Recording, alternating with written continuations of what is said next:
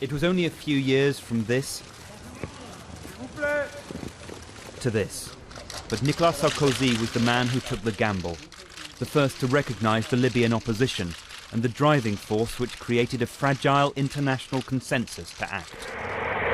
French planes were the first in the air over Libya, and without NATO firepower, Colonel Gaddafi would still be running the country.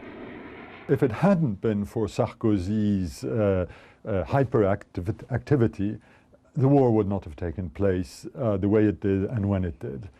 I don't know whether President Sarkozy will be claiming credit, but in political terms, a certain amount of credit is due. Now there's plenty of thinking to be done about what comes next.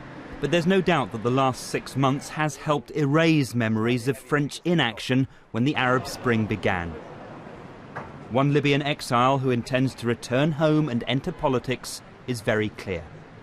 All the French parties, I mean about socialists or others, right or left, they are believing that Sarkozy did a good job. And then, as I am a Libyan and also I'm a French, I would like to say thank you to Mr. Sarkozy. But thanks don't always translate into votes at home. It's now only 8 months until the French presidential elections, and Nicolas Sarkozy is running well behind potential socialist challengers in the opinion polls. And that means taking a leading role in Libya will slip pretty quickly down his list of priorities. It's no surprise that pollsters say the election will be all about the economy.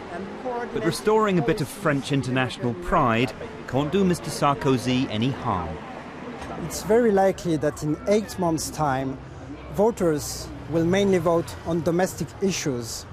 However, if the National Transition Council succeeds in establishing democracy in Libya, of course, this will be a political benefit for Mr. Sarkozy, and this will be like the icing on the cake on his foreign and military diplomacy.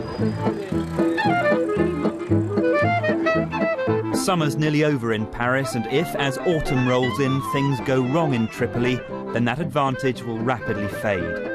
Either way, debate here about the future of Libya is about to be superseded by a focus on the political future of France itself.